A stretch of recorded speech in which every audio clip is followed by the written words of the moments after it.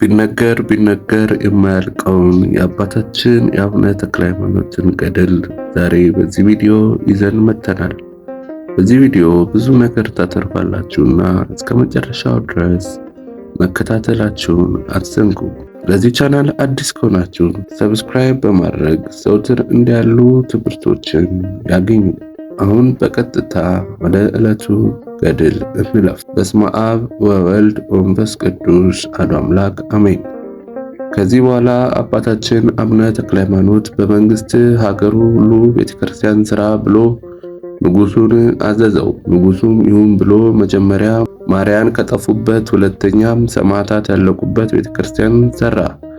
የኢየሱስን ታቦት ከዚያ አኖረው። ደብሪቱንም መካነ ኢየሱስ ብሎ ጠራት። ሁለተኛይቱንም መካነ ማርያም አላት። መኳንንቱም በየሀገራቸው ቤተክርስቲያን ስሩ ብሎ አዘዛቸው። በዚያን ዘመን በዳሞት አውራጃ ሁሉ ብዙ አብያተ ክርስቲያናት ተሰራ። አባታችን ተክለ ሃይማኖት ለንጉሱ የነቢያትን የሐዋርያትን መጻሕፍት፣ ትንሣኤ ሙታንን፣ ሕይወት ከመላእክት ሲያስተምረው ቆየ። ንጉሱ ግን ዘውትር ያልከኝን ሁሉ አምናለው፣ የሙታን መነሳት ግን ሐሰት ይመስለኛል ይለዋል። አባታችን ተክለ ሃይማኖትም ዘውትር ሙታንን አስነስቶ በፊቱ ለማቆም ለእግዚአብሔር ይቻለዋል ይለው ነበር። ከዕለታቱ አንዲቱ ቀን ደግሞ ንጉሱ ክቡር አባታችንንም ሙታን አጥንታቸው ካረጀ ከበሰበሰ አመድ ከሆነ በኋላ እንደምን ይነሳሉ ብሎ ጠየቀው። ክቡር አባታችንም ክርስቶስ ከሙታን ተለይቶ እንደተነሳ አታምንምን አለው። ንጉሱም እሱን እንኳን አምናለሁ፣ ባንተ አድሮ የሚሰራውን ታምራት አያለውና። ክቡር አባታችን ተክለ ሃይማኖትም እንዲህ አለው፣ ለሙታን ትንሣኤ መሪ ክርስቶስ ነው። ሙታን ካልተነሱ ክርስቶስ አልተነሳማ። ክርስቶስም ካልተነሳ ሃይማኖታችን ከንቱ ነዋ፣ በከንቱ አምነናል፣ እኛም የሐሰት ምስክር ሆነናል። ከነቢያትና ከሐዋርያት መጻሕፍት እየጠቀሰ ብዙ ምስክር አምጥቶ ነገረው። ንጉሱ ግን በልቡ አላመነም። ንጉሱም አባታችንን የሙታንን ትንሣኤ በማመን ገንዘብ የማምንበት እኔ እነግርሃለሁ አለው። ክቡር አባታችንም በል ንገረኝ አለው። 1000 ሰዎች ከሰራዊቴ 300 ሰዎች ከማርያን በአንዲት ቀን ሞቱ። ከሞቱም እነሆ 25 ዓመታቸው ነው። እነዚህን ብታስነሳልኝ ፈጥኜ አምናለሁ አለው። ክቡር አባታችንም ንጉሱን እንዲህ አለው፣ ይህን የሚያህሉ ሰዎች በአንዲት ቀን የሞቱበት ምክንያት ምንድነው ብሎ ጠየቀው። ንጉሱም አባታችንን እነሱን አይቼ የሙታንን ትንሣኤ እንዳምን አስነሳቸው እንጂ የሞታቸውንስ ምክንያት አትጠይቀኝ አለው። ክቡር አባታችንም አንተ ባትነግረኝ እኔ እነግርህ የለም አለው። ንጉሱም በል እስኪ ንገረኝ አለው። ክቡር አባታችን ተክለ ሃይማኖትም ከሸዋ አውራጃ ሴት ማርከ ልታገባት ብትወድ ለአምላኮች አሰግደ በመንግስት አውራጃ ታነግሳት ዘንድ ሰራዊትን ሁሉ ቀጠርክ። የጋብቻውም ሥርዓት እንዲፈጸም አዘዝክ። አንተም የተሰበሰቡት ሰራዊት ቆማችሁ ስትመለከቱ ሳላችሁ ድንገት መብረቅ ከሰማይ በርቆ ከፊታችሁ ነጠቃችሁ። በዚህ ግርማም እነዚህ ሰዎች ሞቱ። አንተም ከዚያች ቀን ጀምረ በአምላኬ ስም እኔ እስከፈወስኩ ድረስ ልበ ተላላ ዝንጉ ሆነ ኖርክ አለው። ንጉሱም እግዚአብሔር የመረጠ አባቴ ሆይ በውኑ ይህን ነገር ማን ነገረ አለው። ክቡር አባታችንን ሁሉን የሚያውቅ ፈጣሪ ነዋ አለው። ንጉሱም የዚያችን የሴት አገሯን ታውቃለህን አለው። ክቡር አባታችንም ሀገሯንስ ተወውና እሷን ራሱ አውቃታለሁ፣ የወለደችኝ እናቴ ናት አለው። በዚህ ጊዜ ደነገጠ። ተነስቶ ለአባታችን ሰገደለት፣ ከጫማውም ወደቀ። ንጉሱም መለሰ፣ ለኔስ ወደ ሰማይ ያወጣኋት መስሎኝ ነበር። በወዴት ሳለች የወለደች? በሰማይስ ነው ወይስ በምድር ነው አለው። ክቡር አባታችንም በሰማይስ አያገቡም፣ አይወልዱም፣ አይዋለዱም፣ እግዚአብሔር መላእክት ይሆናሉ እንጂ እኔስ በሀገሯ ነው የወለደችኝ አለው። ንጉሱም ክቡር አባታችንን አባቴ ሆይ እለምናለሁ፣ እውነቱን ንገረኝ፣ ቀድሞ ሳንማርካት ወለደችን ወይስ ከተመለሰች በኋላ ወለደች አለው። ክቡር አባታችንም ከተመለሰች በኋላ ነው እንጂ አለው። ንጉሱም በእውነት የዚያች የተመረጠች ሴት ልጅ አንተ ነህ አለው። አባታችን ተክለ ሃይማኖትም ንጉሱን የእኚህን የሞቱትን መቃብራቸውን አሳየኝ አለው። ንጉሱም መቃብራቸውን ወዴት አውቃለሁ? የሰማይ አዋፍ የምድር አራዊት በልቷቸው እንደሆነ አላውቅም አለ። ክቡር አባታችንም ከንጉሱ ዘንድ ወጥቶ በመልበርዴ ሜዳ ቆሞ በጉልበቱ ሰግዶ አመለከተ። ሰውን ካለመኖር ወደ መኖር ያመጣኸው ያለውንም እንደሌለ የምታደርገው ጌታዬ ኢየሱስ ክርስቶስ ሆይ አልዓዛርን ከመቃብር በቃል ጠርተህ ያስነሳው አንተ ነህ። የኢያኢሮስን ልጅ ያስነሳት አንተ ነህ። ተነሽ ጣቢታ ብለህ በጠራሃት ጊዜ ናይን በሚባል አገር የነበረውን የመበለት ልጅ ቃሬዛውን ይዘ አንተ ጎልማሳ ሆይ ተነስ በማለት ያስነሳኸው አንተ ነህ።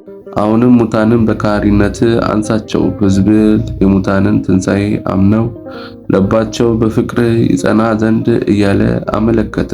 እንዲህም ሲያመለክት ከሰማይ ቃል መጣ። ወዳጄ ተክለ ሃይማኖት ሆይ የለመንከኝን ሁሉ አደርግልሃለሁ። ሙታንን በቃል ጥራ፣ የፍቅሬ ጽናት በአንተ ላይ ገለጽ ዘንድ ይነሱልሃል አለው። ያን ጊዜም አባታችን ተክለ ሃይማኖት አሰምቶ ተናገረ። ነፍሳት ሁላችሁ በዚህ ሜዳ የተቀበራችሁ በፈጣሪ በኢየሱስ ክርስቶስ ኃይል ተነሱ እያለ ጮኸ።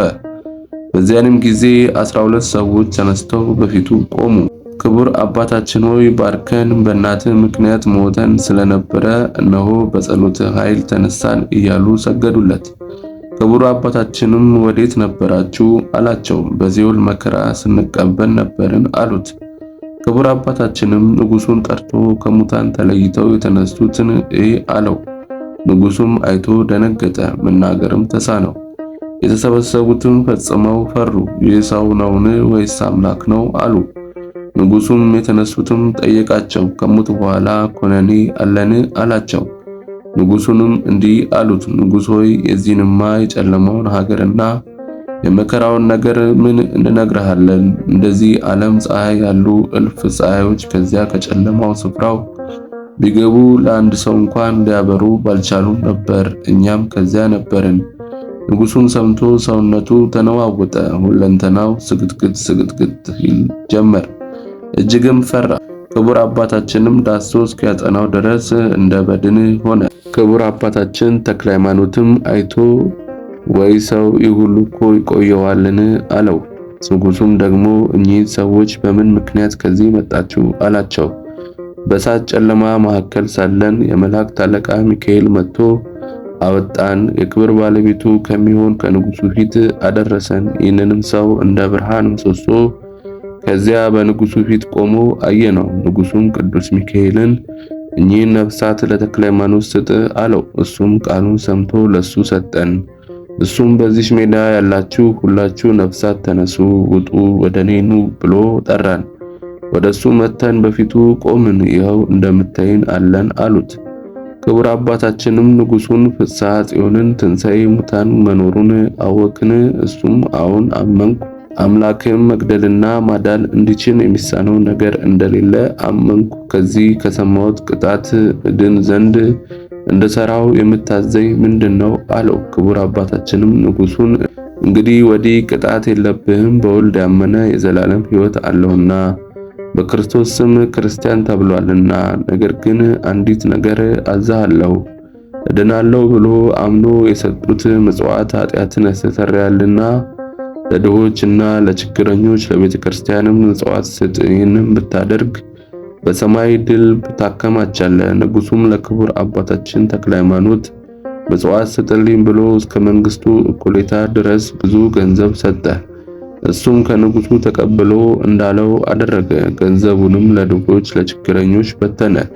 ከዚህ በኋላ ክቡር አባታችን ከሙታን ተለይተው የተነሱትን እኛን ሰዎች አንድ አምላክ በሚሆን በአብ በወልድ በመንፈስ ቅዱስ ስም አጠመቃቸውና ለዳሞት አውራጃ ሁሉ ትንሣኤ ሙታንን አስተምሩ ብሎ ሰደዳቸው። ንጉሱም አባታችንን እንግዲህ ወዲህ ሰውነቴ በእጅ የተጨበጠች በእግር የተረገጠች ናትና አምላክ የሚወደውን በልቦናው ያለውን በጎ ትምህርትን አስተምረኝ አለው። ክቡር አባታችንም አምላኬስ ቅን ልቦና ንጹሕ አኗኗር ይወዳል፣ እኚህን ማርያን በመንግስት አውራጃ ያሉትን መኖራቸውን ጠይቀ አጥፋቸው።